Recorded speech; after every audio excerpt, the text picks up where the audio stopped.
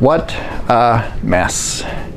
If you'd like to see an amazing, well, not so amazing wiring job, join me in this video. I'm going to show you what needs to be cleaned up on this RV hauler named Outlaw.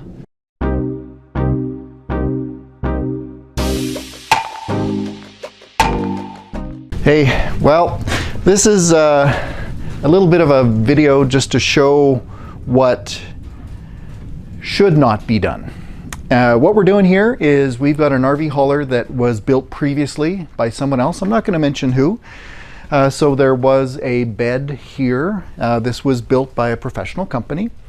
And what I wanted to show you was what we discovered. We removed the bed. I'll maybe put in a picture here of that hanging in the air. And when we removed the bed, gave it a nice bath. Here's a picture of us steam cleaning in the winter wonderland here in Canada. This is what we found. So I'm just going to start maybe at the back and move my way forward. Austin's got his little pointer stick. He's like the Professor Austin here today. We're going to show you a few interesting things. This is where the trailer wiring was coming from. So this is where the trailer plug was plugged in. And you can see we're dealing with really light gauge wire. In particular, one of these is the brake wire. I can't remember which one. And definitely not a large enough or sufficient gauge to run trailer brakes for a triple axle trailer. They had a 29,000 pound Continental coach attached to this, and the gauge wiring was insufficient. And as we go a little bit further, thank you, Austin, Professor Austin, I want to show you, this is that they pulled the wiring from multiple sources. So the wiring was being pulled from a number of different places throughout the truck to get what they needed. And a lot of the wiring was left just loose. So you can see that this one was melting and rubbing. It was sitting in here, both not tied up, for quite a few years. And it was actually worn through in a few spots. While we're here, we'll show you too, a lot of the air lines were not properly zip tied or wire tied. So this air line was rubbing against the torque arm mount, and it's actually flat in spots. So this is really close to wearing through. Please don't do this, guys. So this is what we're cleaning up. There was a number of air lines that had been just cut and were loose, open to the weather. Here's another air line that was sitting up like this, cut. So all of the dirt and debris was able to collect in there. We've got, they pulled some other wiring from other sources on the truck. This one was running to the back as well. And I think this is going to be like our show and tell, Austin. Do you want to open this up? Only two of those wires were hooked up. Yeah, two wires were used. So let's open up just this. You want to peel off that tape? I can peel that. And let's just see what we've got underneath here. So there's brown wire. Oh, so fully exposed, yeah. Not even heat shrunk. Always heat shrink. Same thing. This same is thing? horrible. So could have cost a cross short look, with anybody. So all of those wires, yeah, all of those wires were just bundled together, and an opportunity for shorts at any point in time. They were, obviously these were live because we had power and ground. That's what I'm guessing. That's the commercial ground, the white wire. That's just so wrong. Yeah. And then we had this beautiful collection of wiring in here. That was all at the back. Some of it was fed to the back, some of it was all bundled up. But how do you troubleshoot anything? I'm sorry, it's almost like we're venting today, aren't we? This is, we're getting this off of our chest. Monday morning venting. The Monday morning venting. how do you troubleshoot anything? If you ever had, you know, a signal light not working, and because you're pulling from 3 different locations, how do you troubleshoot it? How do you know? Ugh. Okay, let's keep going. For a wiring guy like me, this is absolutely gross. So we had the commercial airlines were in here still.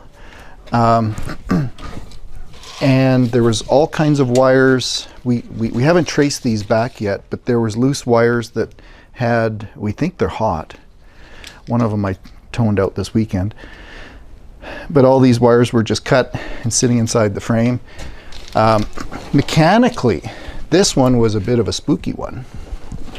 So this thing, you can see the dust on it.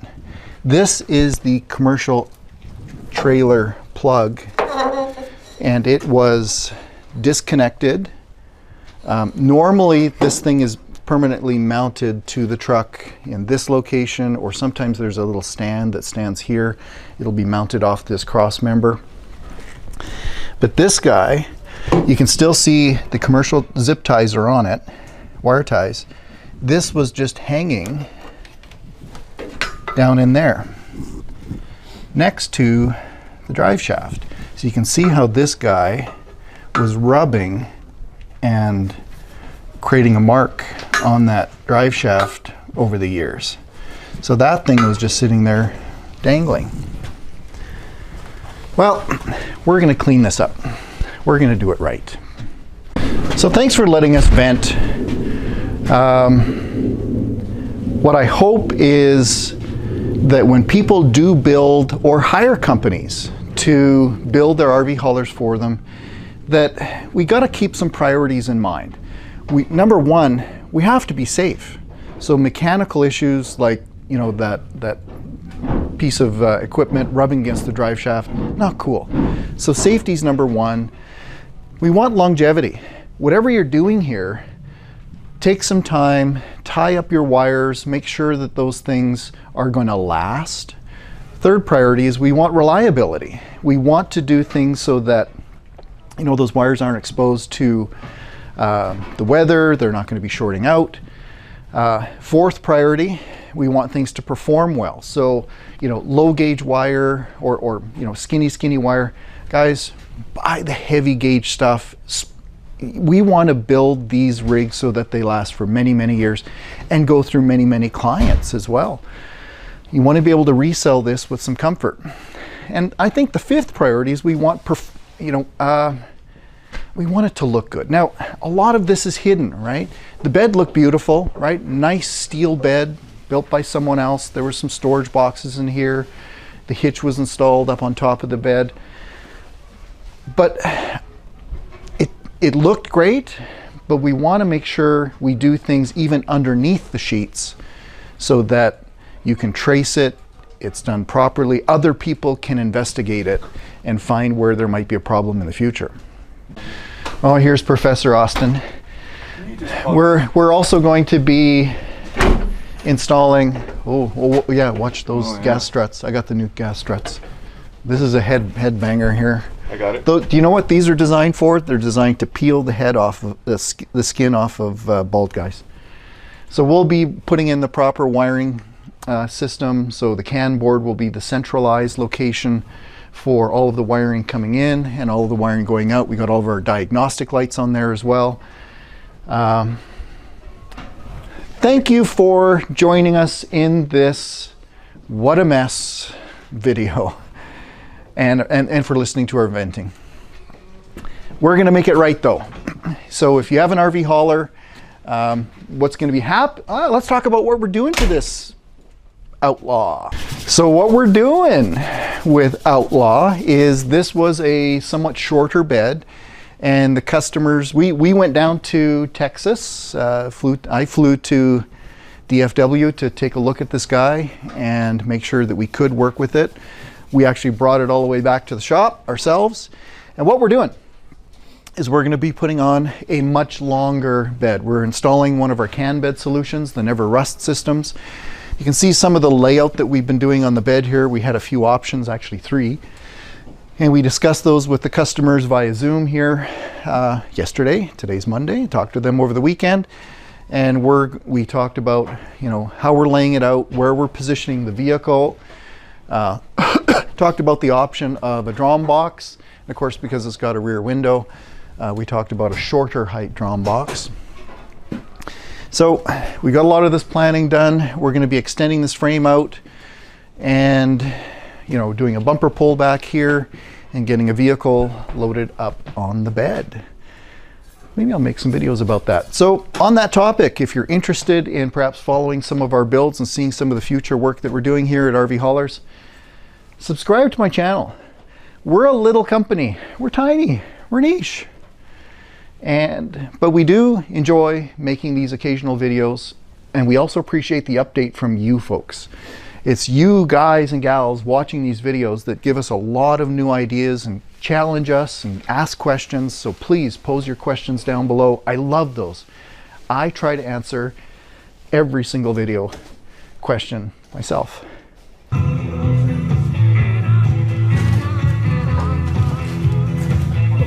It doesn't matter.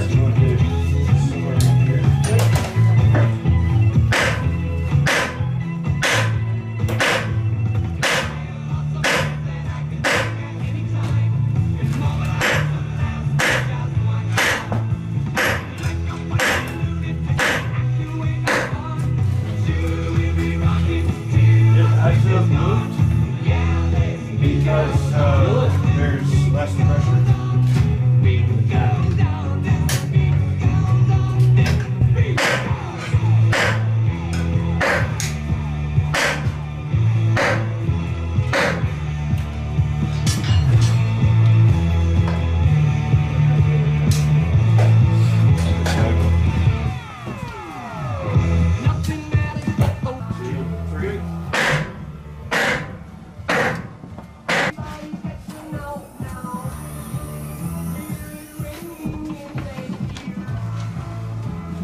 And I think you sprayed it everywhere. All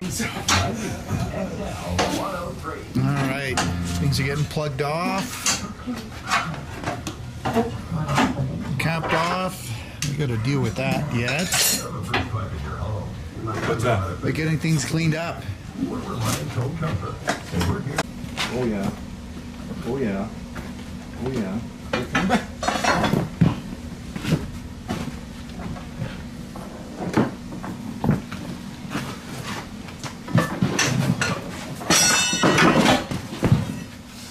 Trying to be careful. I'll edit that out. Okay. Keep that.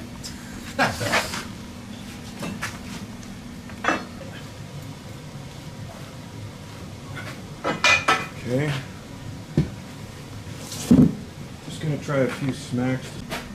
That's better.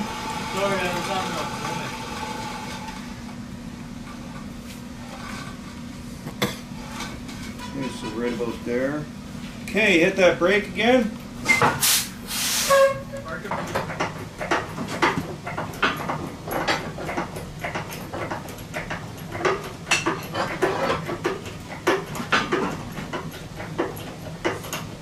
It's moving.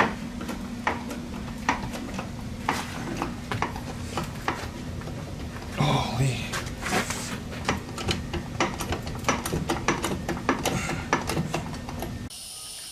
You're all the way down.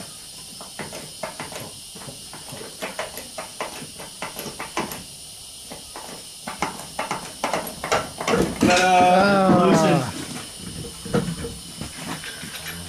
Well, you want to see how that drum looks while we're at it? What, the brakes?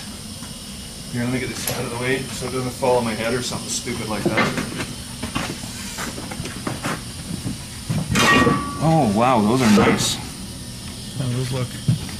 Those are nice. Those are... Let's look at the inside of the drum though. Looks evenly wear.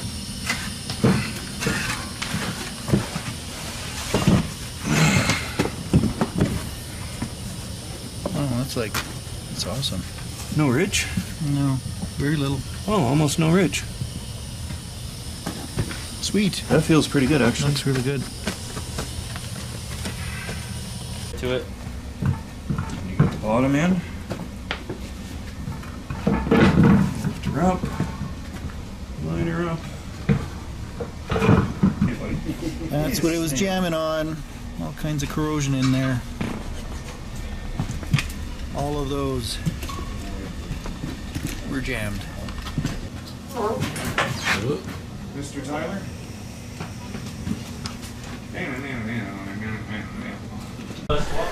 Let me show you real quick here what we're actually dealing with. We're calling this the RVHauler OUTLAW.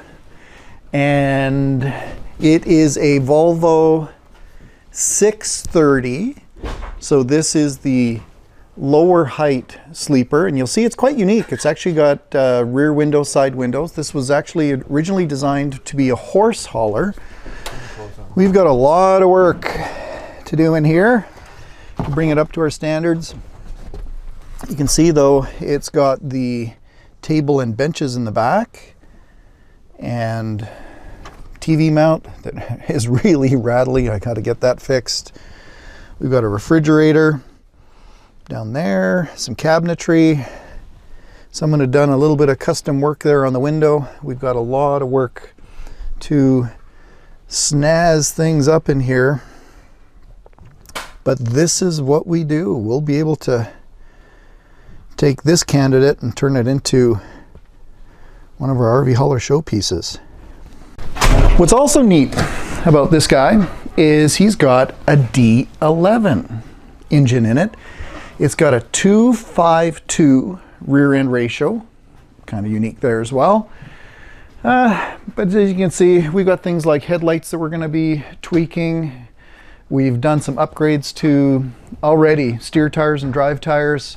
We've got a mirror that was broken. We're going to have to fix that up. We've got a laundry list of things to fix. Even beautiful candidate trucks, we're pretty good at finding things to repair and bring them up to our safe, reliable standards, right? Longevity standards and performance standards. And we want things to look nice. It had some of those rubber air dams along the bottom. We took those off. They were really hatched. We've got quite a bit of work to do, but we'll get there.